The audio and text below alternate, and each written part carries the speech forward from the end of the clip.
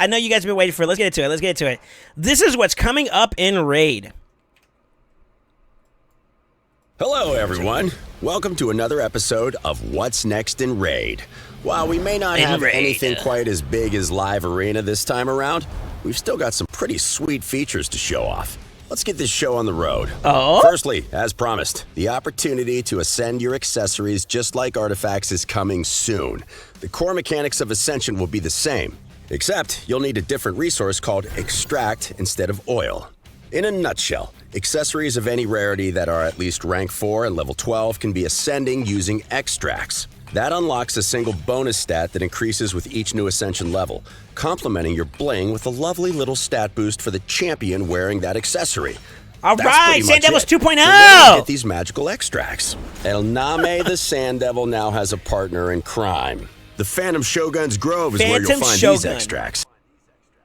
Phantom Shogun's Grove. But like every other dungeon, there's someone there to stop you. Akumori the Phantom Shogun. He won't just let you take his stuff and run. Coming straight out of Shadowkin and Sylvan horror stories. This badass undead daimyo has a few choice words for would-be why you swearing, bro? He comes fully armed with a new debuff and some unique mechanics that will force you to improvise and adapt on the fly. We'll release a separate feature guide video that will explain the strategy for this fight in greater detail, but here are a few appetizers. First up, Akumori has a shiny new toy, a new debuff called Enfeeble. Any champions under this debuff can only deal weak hits. Ouch. And the more weak hits Akumori receives, the higher his special shade counter goes. Oh no, it's not protected. Double ouch. As you have probably guessed, that's bad. Very bad, in fact. It increases Akumori's critical rate and critical damage, makes him immune to a bunch of effects, and sets him up to deliver devastating single-target nukes that ignore protective buffs. That's without mentioning the fact that once the shade counter is almost full, Akumori begins to ignore 100% of your champion's def as well. Triple ouch! This fearsome Phantom Shogun also has a block passive skills debuff on one of his skills. Fun, or maybe not so fun fact. Oh, they said no Oniri. No Oniri, no insert passive champion here. This is the first boss in Raid that's able to place block passive skills. Dang it. Don't underestimate it. Losing those sweet passive skills at a critical moment is going to hurt. It's not all pain and suffering, though. Remember that shade counter? Well, awakened champions can lower that counter with their skills, so make sure to bring a few along for the fight. There's more good news, too. Akumori is one of the few bosses who doesn't have multiple AoE attacks. So champions that can use taunt can distract the big guy from the squishier members of your team. And, as always, they really give some validity to the champions who can block debuffs say they for are going provoke, to right? be a must. Especially to keep that nasty new Enfeeble debuff off your team. But that's enough about the Phantom Shogun's Grove. Keep an eye out for our feature preview in the future, and we'll take you on a proper deep dive. For now, let's move on and see what else Raid has in store. Before we go any further, 1 W for the design, the actual like physical, like the digital, whatever you want to call it, like the way this guy looks is Subarashi. I love the aesthetic of like it's supposedly, he said it was supposed to be like a hybrid or like it has its ties towards Sylvan Watchers and Shadowkin, like there's some kind of commonality there or whatever, but I definitely feel the Shadowkin, less so much the Sylvan Watcher side of things.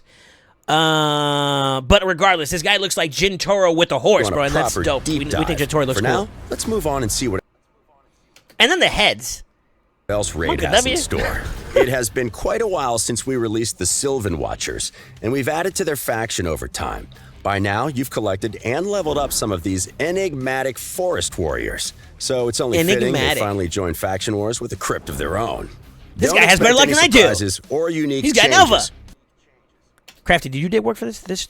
We're going the same route as we did with the dwarves in Shadowkin. So all previous rewards except for Lydia the Death Siren remain the same. And when the Sylvan Watcher's Crypt is added to the game, you get more milestones to conquer in faction wars. Lydia will remain the ultimate reward, though. If you already reached but forgot to claim her, don't worry. She'll be sent straight to your inbox when these changes go live. If you are still some stars short when the update hits, you'll need to complete the new crypt to earn her. So, get moving. Speaking of collecting champions, the roster of Before we go any further, just a little If you heads warm up up. on this. For those of you guys that are interested, And we've added if you want to hear some two pennies about the Seven Watchers, I got a video on the way. It is already finished. It's scheduled, as a matter of fact. I've actually pushed back its release date because of all the other content I've been pushing out. But I already have a video on the Seven Watchers down that you can use in terms of like some ideas to prepare for to their Seven Watchers. faction over time. Shameless plug. I know, She'll thank be you. sent straight to your inbox. Promo with mode, the new SoulSaint. Promo Saint. earn her. So get grown in sorry. size. So we have prepared an awesome quality of life update to the Champions filter. Behold. Available both in your collection and on the Battle Select screen.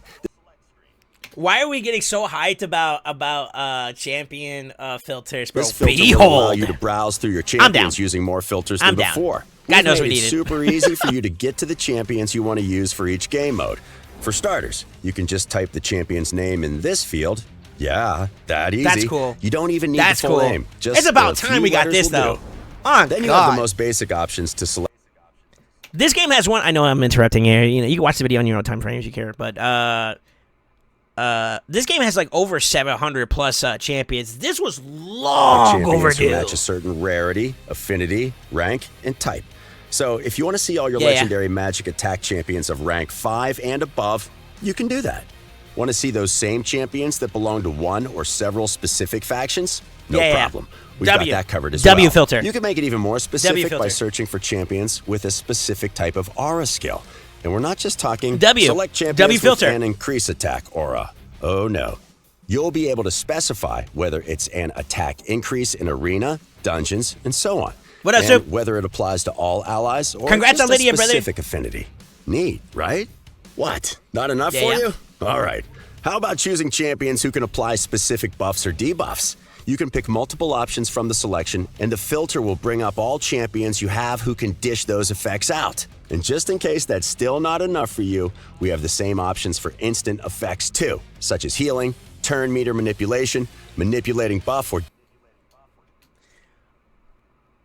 I'm not a stan. Okay, I'll say it like this. I'm not a stan for other creators like that. You know what I mean? Like, I respect them for what they do and all that good stuff. But I gotta be honest with you. I feel like this right here had inspiration or was influenced by Hell Hades, because like I go out of my way to look on his website for specific champions that do specific type of stuff all the freaking Debuff, time. And this duration, screams that. etc. Just being Finally, we've not forgotten W champion filter. tags. You can add those to your filter parameters as well. Oh, nice. All in all, we tried to make the champions Nice. filter as comprehensive as possible, and it will ensure that team building is easier than ever before, Let's just hope it works. especially for those of you who already have hundreds of champions in your collection. Let's move on to one of the updates coming a bit further down the line. We have a new Hydra Clash, activity I'm in store interested. for clans, the Hydra Clash. It kind of works like a mini tournament between clans that starts every week and provides players with an extra source of goodies. Because who doesn't love more goodies, right? The roles are simple enough. Like internal? 5 clans are matched Internal? against one another, and whichever clan Oh, deals the okay, most damage okay. to the Hydra and earns the most clash points wins. Simple. How do you earn these clash points? Ascended. We gotta get on our kickback when it comes to this this Hydra stuff. Us losing it, that's just for the birds, bro. I'm gonna be honest with you. Hey, yo, hold up. Hey, yo, hold up. But this is a lot though. 650 mil. Like, I'm gonna be honest with you. Unless we get ranked up against people of like similar quality, I wonder what their metric is. Maybe it's player power, because that's what it looks like. That looks like a player power function right there. And they try to hold you to like a similar player power function. So for me, I feel like my player power is misleading, because I know I technically, like, what I've been able to do on my account is indicative of like a certain standpoint, like a certain place of the game, and my player power does not reflect that personally. Which could also be the same case for enemies that we go against, right? So we gotta start prepping. Okay, we got some work to do. We gotta focus now. Or do you think it's all based on a clan level? Oh, clan level is even worse though, because for example, we've had people in our clan that have played like in-game content for like a hot minute. They were in other clans and they joined ours, right? This is nasty, you know what I mean? Smack that Hydra's head as hard as you can and use multipliers to your advantage. These multipliers appear on the first battle for each difficulty, with the multiplier increasing as the difficulty ratchets up. Of course, no one will get to be sneaky so the higher you do, the better. Rewards of their clan's hard work unless they participate. Players need to reach a certain damage milestone before they are eligible to receive any of the chests that are available through the Hydra Clash. So does that matter if you win or lose? I think that's only first place, right? Depends on how much they contributed to the clan's performance. You'll need to put in a shift to earn the rewards. While we do have rewards for the second and third places, you'll definitely want your clan to coordinate and grab that top spot. Now, let's take a look at the goodies. Is there a new set or that await you inside those chests? Protection and stone skin accessories. Protection accessories will be unique to the Hydra Clash. Wait. Hold up. Pause. Holy crap. Yo. Hear me out. We got a sidetrack. I'm so sorry about this, but think about it this way. So who do I have? I think I have. Yeah. Okay, so like I have a 2-piece protection set right now, right? Imagine, and I'll be completely honest with you, I give a crap about these if I could get a set bonus with that. Like, you know what I mean? Get like ideal stats within sets, right? 1 piece would be 12 extra speed. That's huge for me. That's huge, especially for something like this. And then you have protected buffs, an additional 12 speed, for example. Oh my god. So think about it this way. You could still get your 4-piece set. So like, for example, your nukers, you get that nuker set, right? You get that, basically what this is enabling is a 2 times 4-piece set. Oh my god. And as the name suggests, I'm assuming they're not gonna take the stone skin to like stage 9, like before I jump the gun here, but they're not gonna add extra like stats for hitting higher pieces. I would assume not. I feel like if you really want to, like, how do I say this? Stone skin's dope. I think a lot of people love it. Protection is, you know, like it depends, right? But I'm going to assume that they're not going to add anything in there. Hopefully they explain in the video, but like, just getting the extra bonuses off of alternative pieces means that you don't have to sacrifice the sets you really would like to use, for example. They're going to complement the good old protection set, bringing the overall number of items and bonuses to a whopping 9. But first things first, we're going to adjust the balance for this set a little. Namely, we're increasing the chances of buff protection when you have 4 and 6 pieces equipped to 25% and 50% respectively. On top of that, you can get 20 more points of resistance.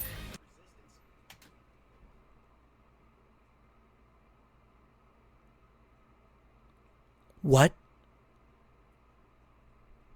Oh no, that's across all the stat. Okay, yeah, that adds up. I'm about to have a moment. Yeah. So like, if you pay attention to this, 50% HP. They added the numbers. Okay, how about had a heart attack there? I was to say, what? Increase your chances of protecting buffs the wearer casts to 75% with the full set. Not only that, but we're adding another new effect for the full set. Talk about jumping the gun. Champions will deal 5% more damage for each buff placed on them by a champion with the full protection set. This is a must for support champions. Allowing them to place and protect buffs is a big deal, as well as increase the damage output for other champions. Then, we have stone skin accessories. The new bonuses are as follows. 8% more HP for 7 pieces of the set equipped. Extra so they are adding additional. Oh, Jesus and for the Christ! Full set, we're increasing the shield granted at the start of each round from 50% of your champion's HP to 75%. If you want to really ruin an opponent's day, a couple of champions with full protection and stone skin sets will ensure that your precious buff combo is almost completely untouchable. We're coming to the end of the video, so we'll wrap up with our traditional parade of upcoming champions. The Gallon Pack's getting some sweet new legendaries, including a fiery salamander that is warrior, sick. A vicious and ferocious orc, and a terrifying Ogren chieftain. Hey, yo, Outside Buff of the Riser. Gallon Pack, there's plenty more coming, including a pious Templar of the Sacred Order. The pipeline is stocked full of awesome champions on the horizon, so keep your eyes peeled on our social media for their arrival in game. And that's everything we have to show you this time around. Thanks for joining us, and we hope you're excited about these upcoming additions to the game. Don't forget to hit like, subscribe, and ring the bell to be kept up to date on all things Raid. In the meantime, happy raiding. I am so confused. Okay.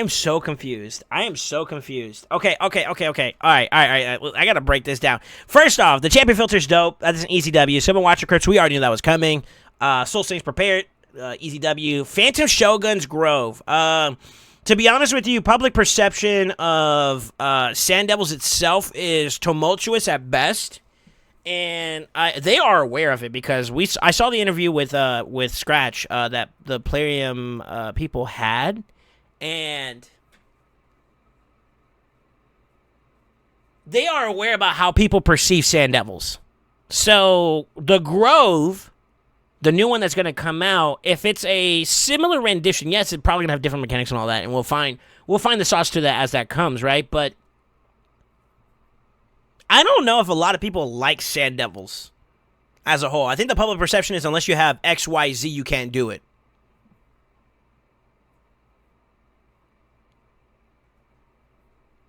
Oh my god.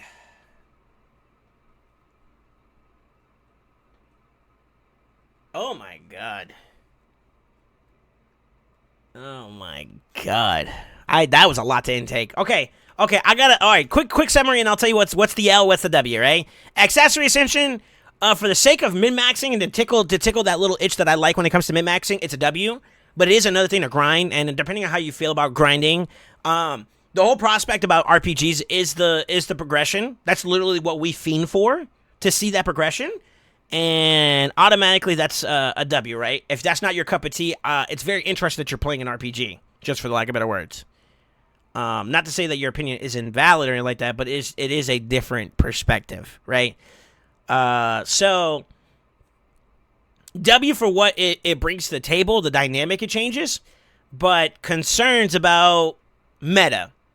I think like IT and Sand Devil are under like a lot of scrutiny because of the fact that like a lot of players feel like if you don't have Geomancer or Aniri, for example, for their two applicable like content areas, then like your efficiency is like tremendously lower, right?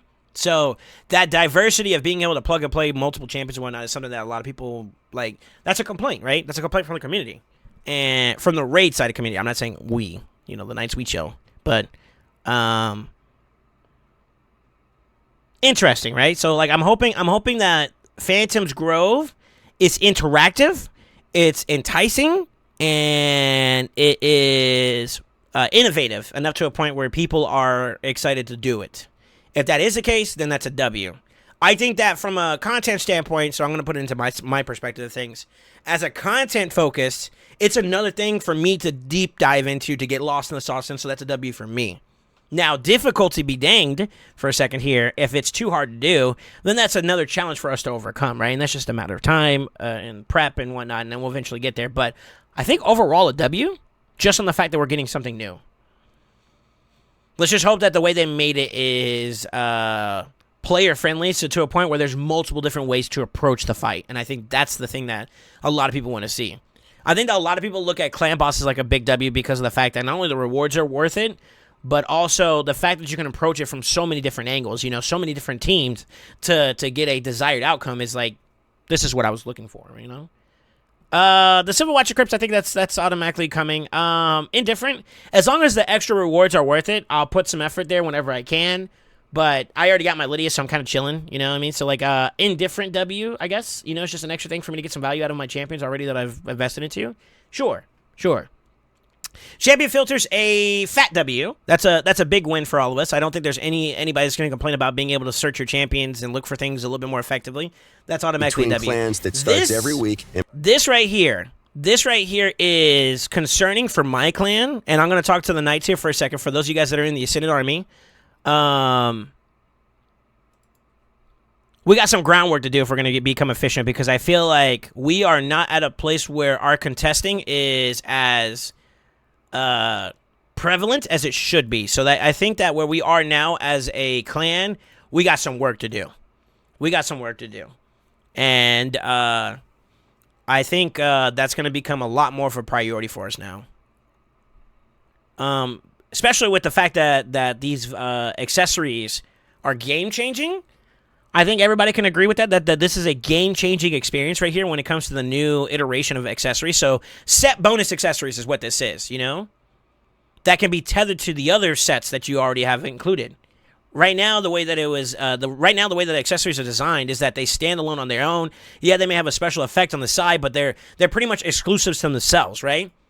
That's it. They're exclusive to themselves. So now there's some incorporation where you actually have like a tether to the build. It's no longer just you have your 6 pieces up here and then you have your 3 pieces down here. Now it's all 9 pieces are at play for set bonuses, and I have a feeling they're going to open that door up for more sets as we go along, and that's a dangerous game to play when it comes to min-maxing, but it's also a W because the potential that you can bring your champions up to the next level also expands, right?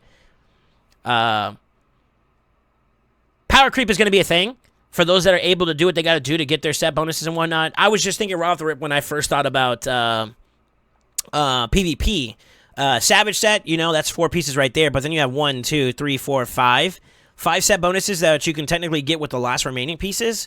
Now, would you do it this way? This could be up for debate. I'm completely okay with it, but guaranteeing your champion, sometimes you just need that one turn from your nuker, and it's a W, right?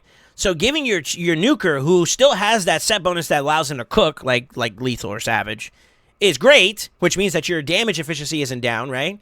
But giving yourself that one turn block damage means that, all right, I got an extra layer of protection. A lot of compositions in Live Arena, for example, and I'm using that because that's kind of like peak end, you know, for Arena. It's basically teams that are designed to protect or disable the enemy team. So protect your team or disable the enemy team so that you can do what you got to do with your nukers, right? And this is just another layer of opportunity for you to add that comfort of survival for your nukers to do what they got to do, and that's dangerous. That's dangerous, right? But that's what that opens the door towards, you know what I mean? Now, whether or not, you know, efficiency and all that stuff will be up for questions, I mean, I think you'll still want some extra set bonuses for nukers and whatnot, but, like, it just adds a little extra layer of opportunity to do something like that, right? And that's just one example. Let's not even talk about protection set and all these other different opportunities that you get from the other areas. It's even scarier, you know?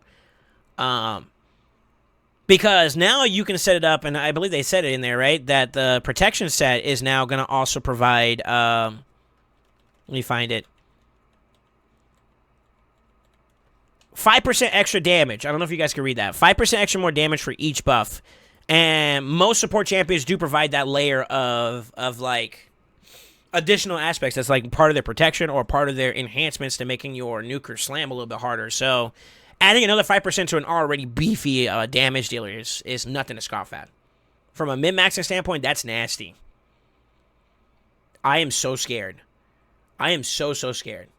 8-piece lethal pog? No. I mean, like, you can do your lethal and then you can have a whole another 4-piece set bonus inside protect. Right now, it's only protection and stone skin. I'm getting ahead of myself, but I believe that if they're willing to do this with these 2 sets, and these 2, or at the very least, stone skin is very controversial, especially within like the arena scene. And I'll give you an example. Using it in UDK when I was doing my stage 25 spider, it was an automatic cheat sheet to being able to have him be my soak tank for the purpose. He facilitated a role that I needed him to fill, and he did it with stone skin very easily. So I think easily to say this was a very controversial set, and especially with how it was used. But if they're willing to do that, and this is where I'm going to get to, what's to say that they don't open the door for, you know, getting set bonuses for rings here? What if the future stages of some of these dungeons may enable you to have those type of options, you know? It's scary. It's scary, man.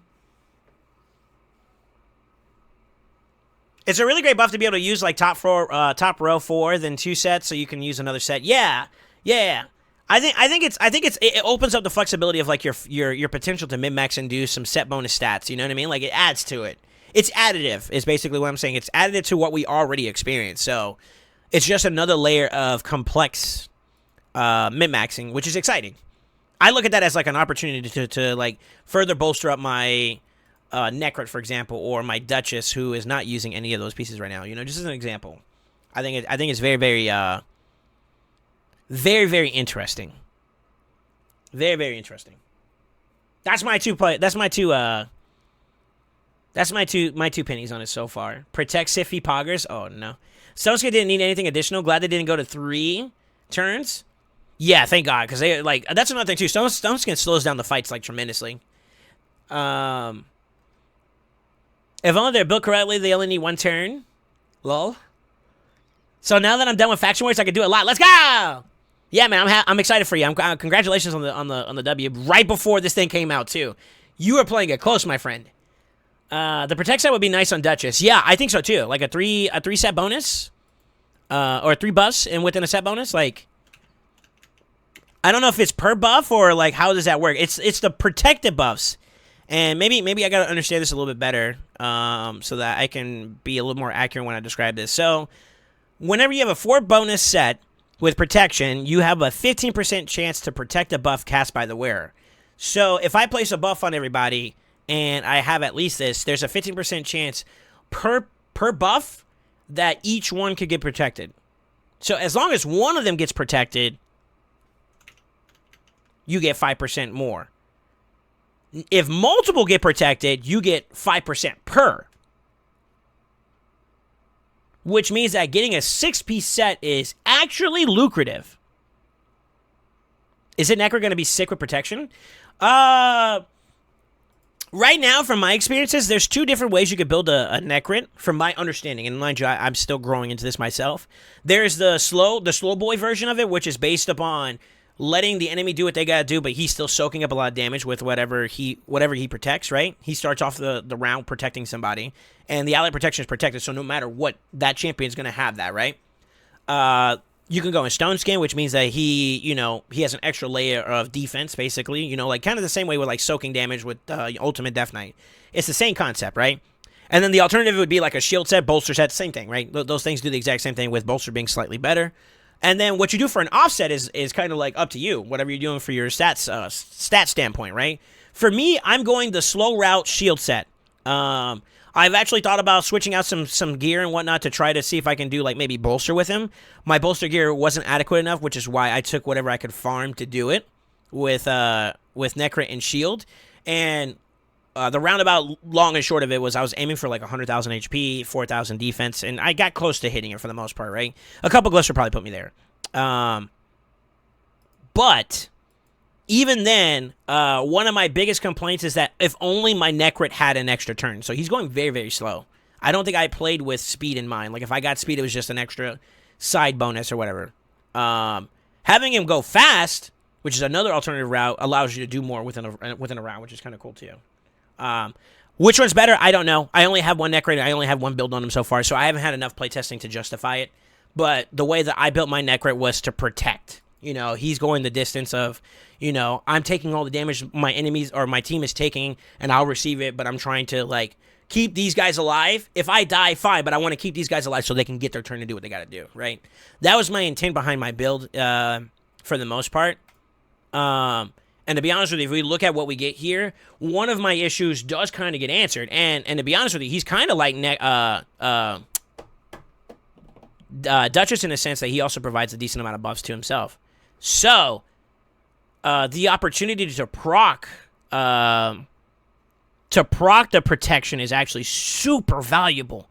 And that's not even to mention that, like, on hit, which one is it? The protection? No, it's this one.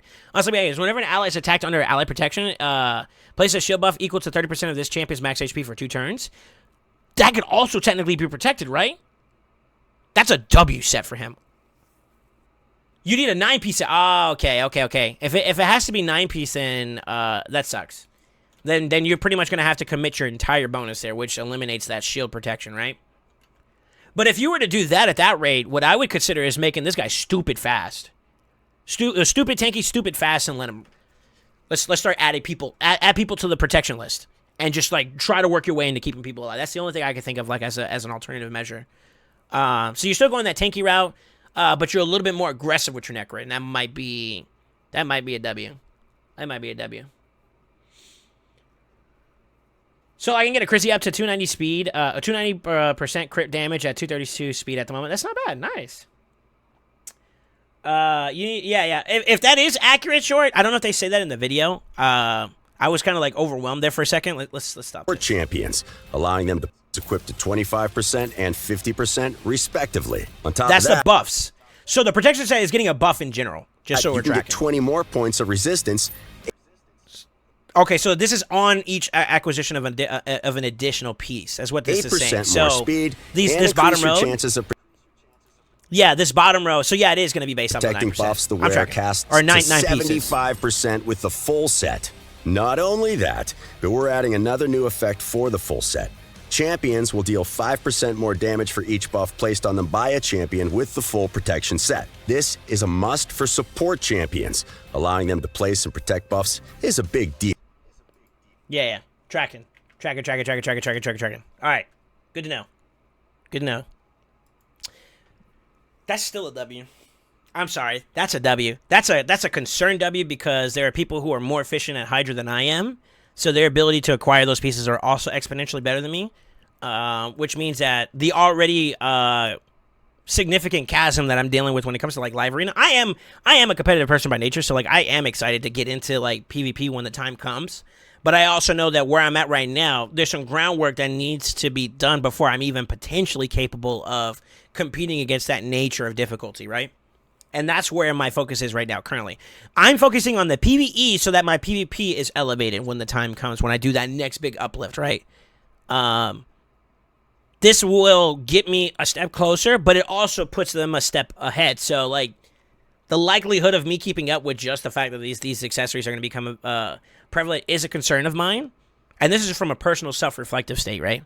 But in no way, shape, or form do I think this should not be implemented because of that fear. I'm not gonna deny people their right to, like, you know, having a better quality of life with their protection set and whatnot, for sure. So I think this is just one of those things that you got to start preparing for if you're going to start looking towards it. And the fact that they announced it, we don't know exactly when they plan on putting the class system into play. So as of right now, does my dynamic of focus shift?